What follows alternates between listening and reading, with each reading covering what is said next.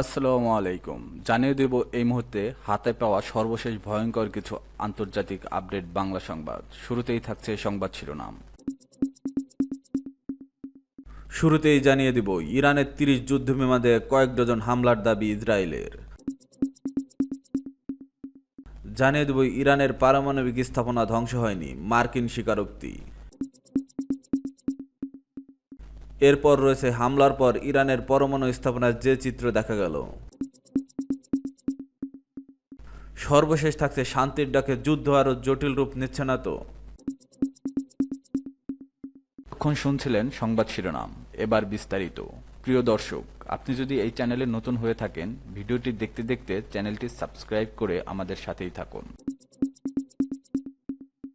ইরানে ৩০ যুদ্ধবিমান দিয়ে কয়েক ডজন হামলার দাবি ইসরায়েলের।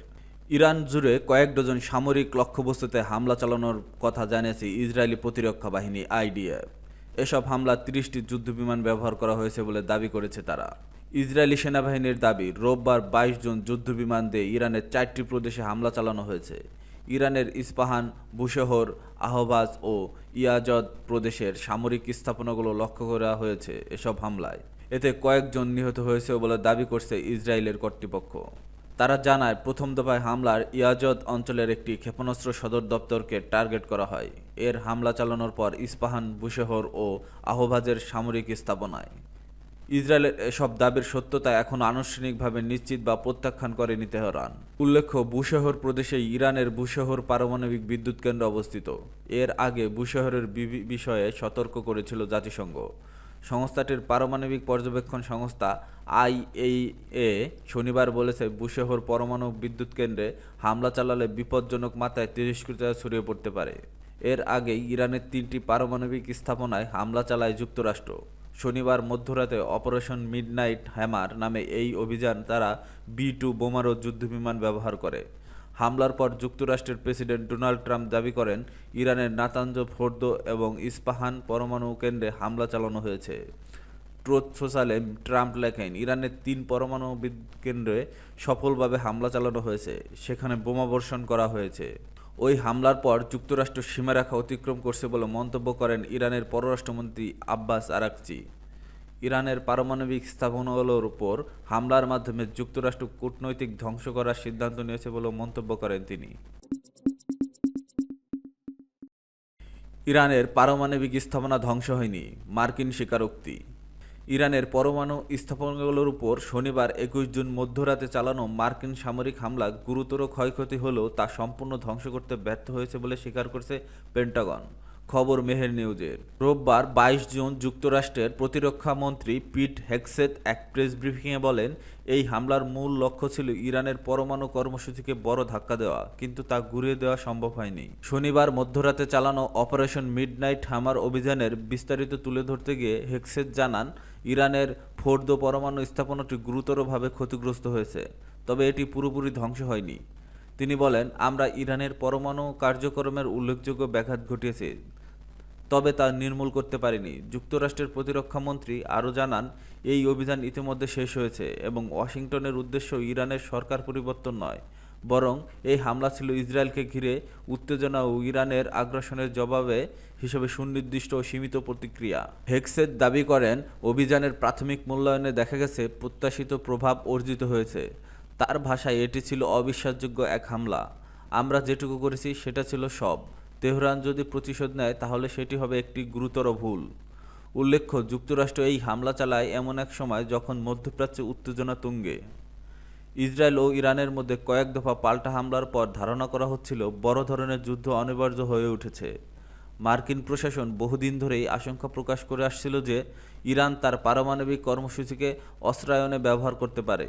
তবে এবারের হামলার পর পেন্টাগনের সরল স্বীকারোক্তি অনেক প্রশ্নের জন্ম দিয়েছে। এদিকে ইরান দাবি করছে তাদের পারমাণবিক কর্মসূচিতে আঘাত তেমন কিছুই হয়নি। অন্যদিকে পেন্টাগনের বক্তব্য বুঝিয়ে দিয়েছে, এই হামলায় সামরিক ও কূটনৈতিক ফলাফল এখনও অনিশ্চিত। বিশ্লেষকেরা বলেছেন, হেগসেথের বক্তব্য থেকে বোঝা যায় যুক্তরাষ্ট্র একেবারে খোলামেলা যুদ্ধ নয়, বরং নিয়ন্ত্রিত শক্তি প্রদর্শনের পথ বেছে নিয়েছে। আর এটাই হয়তো যুক্তরাষ্ট্রের বার্তা, যুদ্ধ নয়, কিন্তু সুনির্দিষ্ট সতর্কবার্তা দেওয়া হয়েছে। তবে তেহরান কিভাবে এর জবাব দেবে সেটাই এখন বড় প্রশ্ন। আর সেই উত্তরের উপরই নির্ভর করে মধ্যপ্রাচ্য জুড়ে উত্তেজনার পরবর্তী রূপ।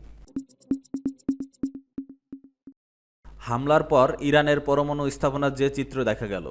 ইরানের ফোর্দো, নাতঞ্জ এবং ইস্পাহান পারমাণবিক স্থাপনায় বাংকার ব্লাস্টার বোমা দিয়ে হামলা চালিয়েছে যুক্তরাষ্ট্র।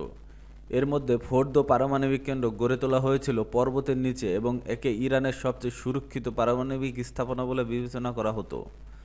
যুক্তরাষ্ট্রের হামলার পর এই পারমাণবিক কেন্দ্রের ক্ষয়ক্ষতির চিত্র ফুটে এসেছে স্যাটেলাইট চিত্রে।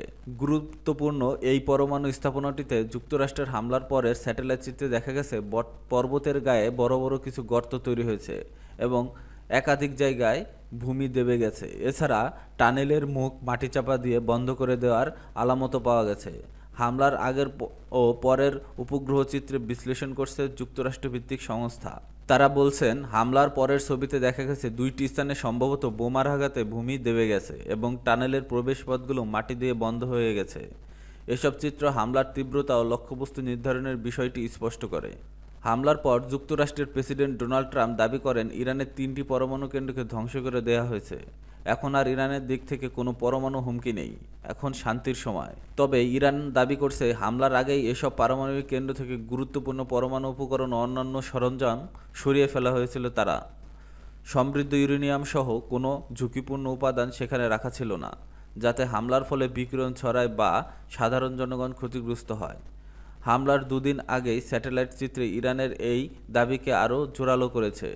যুক্তরাষ্ট্রভিত্তিক উপগ্রহ চিত্র সংস্থা ম্যাক্সার গত 19 ও 20 জুন উচ্চমানের স্যাটেলাইট ছবি তুলেছে, যেখানে ফোর্দো এলাকার প্রবেশপথ ও টানেল সংলগ্ন এলাকার অস্বাভাবিক যানবাহন চলাচলের প্রমাণ পাওয়া গেছে। স্যাটেলাইট চিত্রে দেখা গেছে অন্তত 16টি মালবাহী ট্রাক ফোর্দোর অ্যাক্সেস রোড বরাবর সারিবদ্ধভাবে অবস্থান করছে, যেগুলো সরাসরি টানেলের প্রবেশপথের দিকে যাচ্ছে। কিছুক্ষণের মধ্যেই বেশিরভাগ ট্রাক প্রবেশপথ থেকে প্রায় 1 কিলোমিটার উত্তর পশ্চিমে সরিয়ে নেওয়া হয়, যা ইঙ্গিত দেয় কোনো ধরনের স্থানান্তর বা রক্ষণমূলক প্রস্তুতি চলছিল। ছবিতে বুলডোজার, ট্রাক এবং অতিরিক্ত যানবাহনও দেখা গেছে, যা প্রতিরক্ষা বা সরবরাহ অপসারণ সংক্রান্ত সক্রিয়তার ইঙ্গিত দেয়।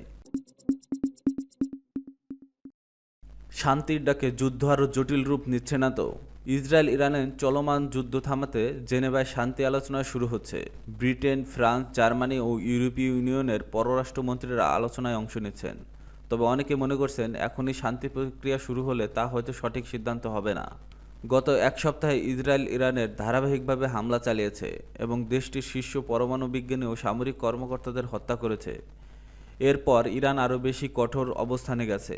তারা এখন তাদের ফোর্দো পারমাণবিক স্থাপনাটি অক্ষত রেখেছে, যা মাটির নিচে প্রায় অর্ধ মাইল গভীরে। বিশ্লেষকদের মতে ইরানের বর্তমান সরকার টিকে থাকতে হলে তাদের পরমাণু অস্ত্র তৈরি করাই একমাত্র পথ। অন্যদিকে ইসরায়েল ও যুক্তরাষ্ট্র চাইছে এই সরকার ক্ষমতা থেকে সরিয়ে দেওয়া হোক। যুক্তরাষ্ট্রের হাতে রয়েছে একটি বিশেষ বোমা, JBU-57 নামে পরিচিত, যা ফোর্দোর মতো মজবুত বাংকার ধ্বংস করতে সক্ষম। তবে এই হামলা কতটা সফল হবে তা নিশ্চিত নয়। বিশেষজ্ঞরা বলেছে, যদি ইরান এমন হামলা থেকে বেঁচে যায় তাহলে তারা গোপনে আবারও পরমাণু অস্ত্র তৈরি করতে পারে, যা ভবিষ্যতের ইসরায়েলকে প্রতিহিংসার ভয় দেখাবে। ইরান এরই মধ্যে জানিয়েছে তারা আলোচনায় অংশ নেবে না যতক্ষণ না ইসরায়েলের হামলা বন্ধ করে। এই সুযোগে রাশিয়া আবার কূটনীতিতে ফিরে আসতে চাইছে এবং ইরানকে আলোচনায় বসাতে চায়, যাতে যুক্তরাষ্ট্র যুদ্ধ চালিয়ে যেতে না পারে। সব মিলিয়ে শান্তি আলোচনা হচ্ছে ঠিকই, কিন্তু বাস্তবে যুদ্ধ থেমে নেই। অনেকে মনে করছেন শান্তির ডাকের আড়ালে হয়তো যুদ্ধ আরও জটিল রূপ নিতে যাচ্ছে।